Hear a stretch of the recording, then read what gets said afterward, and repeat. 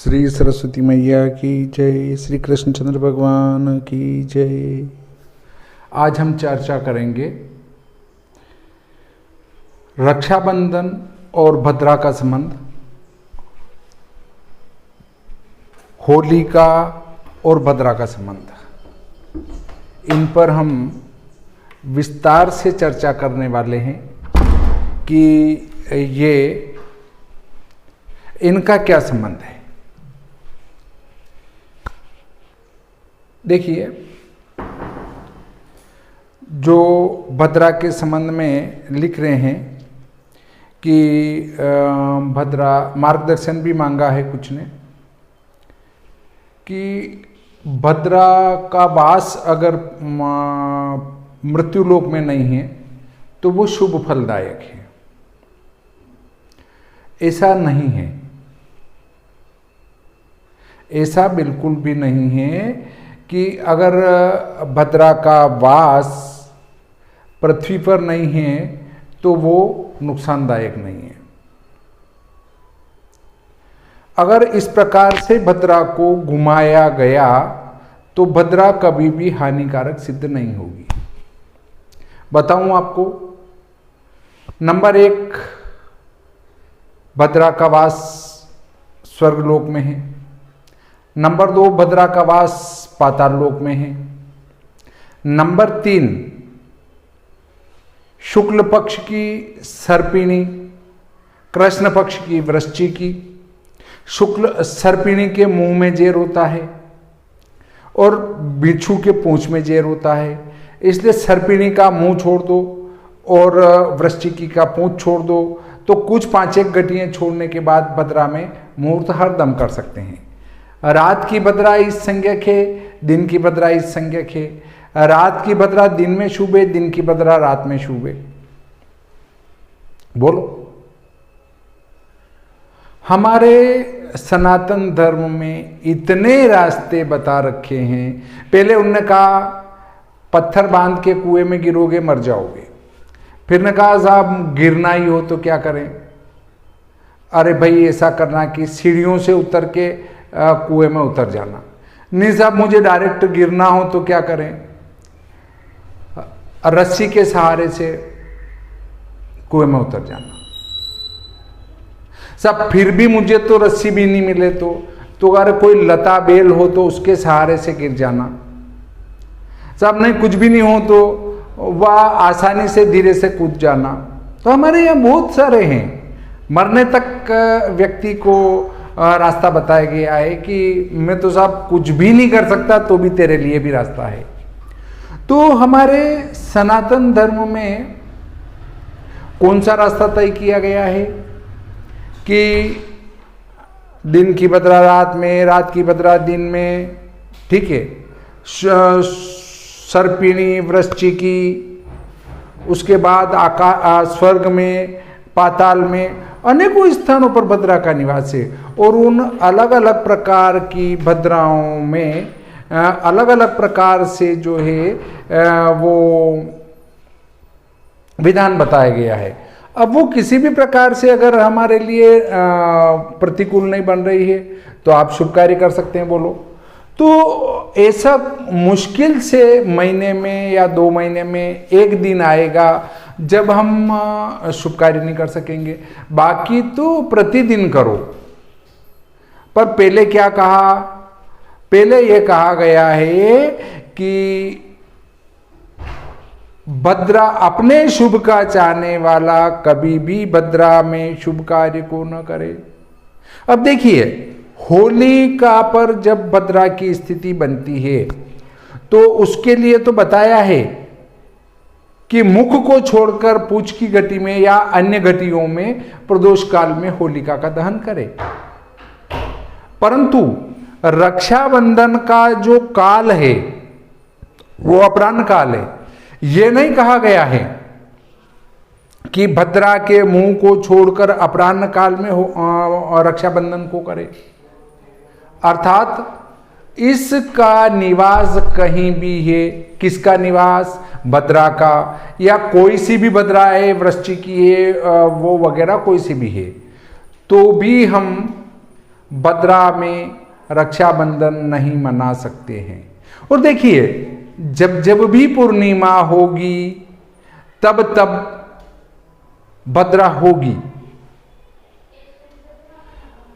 सप्तवृद्धि दशक्षयः, 7 की वृद्धि होती है और 10 घटती है। ये अर्थात पूर्णिमा का जो मान है वो 50 घटी होगा न्यूनतम,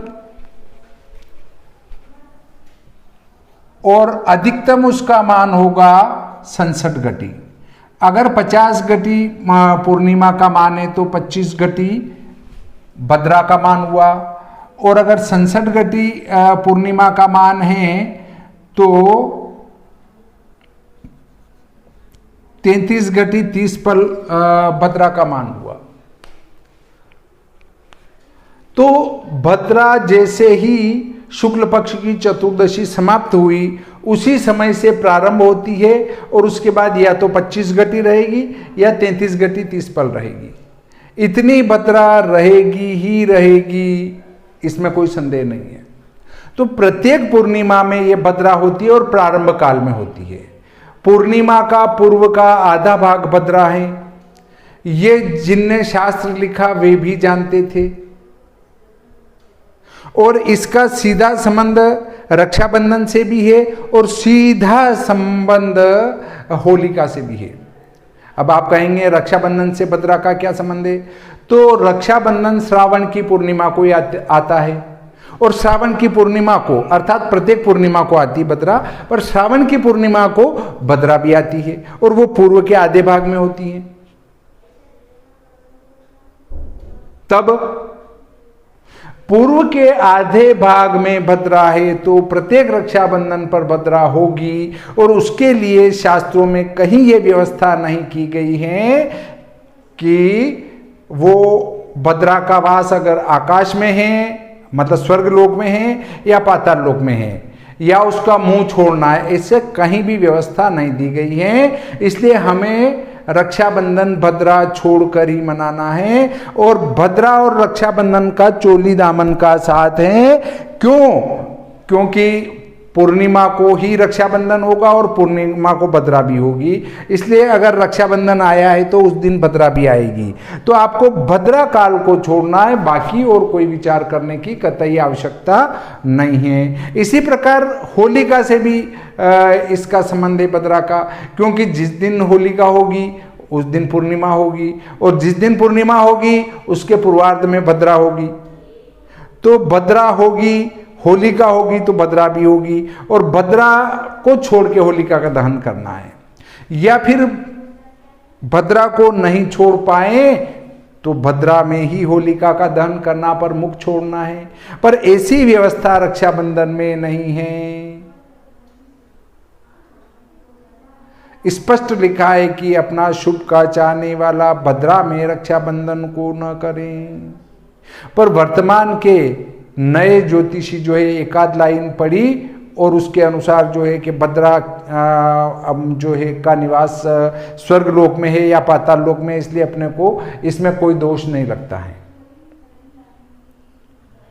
क्योंकि जब रक्षाबंधन होगा तो या तो मकर का चंद्र होगा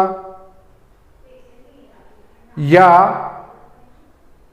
कुंभ का चंद्र होगा, 2 चंद्र ही होंगे। धनु का बहुत गिनती में कभी मिल जाए तो मिल जाए, बाकी मकर और कुंभ का ही चंद्रमा यहां मिलता है प्रत्येक रक्षाबंधन को। वैसे ही वहां पर कन्या तुला का चंद्रमा मिलता है होली पर। ये फिक्स है, हमारे सिद्धांतों में लिखे गई बातें हैं। इन सिद्धांतों को यदि हम पढ़ें तो बहुत सारी चीजें हम रट सकते हैं, और वो सदियों से नहीं, हजारों वर्षों से, लाखों वर्षों से वही व्यवस्था चली आ रही है और आगे तक चलेगी। ये कोई नई रक्षाबंधन नहीं आई है। जब भद्रा जो है रात को 8-9 बजे तक रह रही है, 8:54 तक इस साल भद्रा रहेगी, तो लगभग 9 बजे तक भद्रा रह रही है। ऐसा पहली बार नहीं आया, कई बार आया है। और तदनुसार अगर उस समय के ज्योतिषियों ने या किसी पंचांगकर्ता एकाध ने गलत लिख दिया तो उसके लिए शास्त्रों को दोषी नहीं ठहराया जा सकता, या ये नहीं कहा जा सकता कि मेरे 10 साल पुराने पंचांग भी उठा के देख लो। भाई आपके 10 साल पुराने पंचांग उठा के क्यों देखेंगे? आप भले 50 साल से लगाते आ रहे हो, अगर आपने शास्त्र सम्मत नहीं लगाए तो हम उसको कैसे स्वीकार करेंगे? या आपने 50 साल तक भी अगर वो लगा दिया तो वो शास्त्र सम्मत बात नहीं हो गई, क्योंकि अगर आपको शास्त्र का ज्ञान नहीं था और आपने गलत लगा दिया तो वो शास्त्र सम्मत बात 50 बार लगाने से भी नहीं हो जाएगी। इसलिए कभी एक आध दो पंचांगकर्ता ने अगर ऐसा लिख दिया त्रुटि से या जानकर या कैसे भी, तो वो शास्त्र सम्मत बात नहीं होती है। हमारे मध्य प्रदेश के लगभग पंचांगकर्ताओं ने रक्षाबंधन 11 अगस्त 2022 को ही लिखा है। हाँ, एक पंचांग में अवश्य लिखा है, 11 अगस्त को भी लिखा है और उनने 12 अगस्त को भी लिखा है। 12 अगस्त को लिखकर उनने लिखा है मतांतरे, मतलब आप 11 अगस्त को भी रक्षाबंधन मना सकते हैं, 12 अगस्त को भी मना सकते हैं, दोनों दिन मना सकते हैं, जो कि त्रुटिपूर्ण है। भाई आपके पंचांग को देखकर हम किसी एक निर्णय पर तो पहुंच ही नहीं रहे हैं कि 11 को रक्षाबंधन मनाए या 12 को मनाए। आप तो एक बात लिखो ना स्पष्ट कि रक्षाबंधन 11 को होगा। तो शास्त्रोक्त विधि से और सभी प्रकार से नियमानुसार 11 अगस्त 2022 को ही रक्षाबंधन मनाया जाएगा, वो भी भद्रा के बाद में। भद्रा के बाद में क्यों मनाएंगे, इसके लिए आप डिस्क्रिप्शन में भद्रा से संबंधित एक मेरा विस्तृत वीडियो है, उसको देखें आप। भद्रा से संबंधित आपकी शंका, कुशंका, आशंका सभी का निवारण हो जाएगा। तो ये प्रकरण मैं यहीं समाप्त करता हूं। श्री सरस्वती मैया की जय, श्री कृष्णचंद्र भगवान की जय।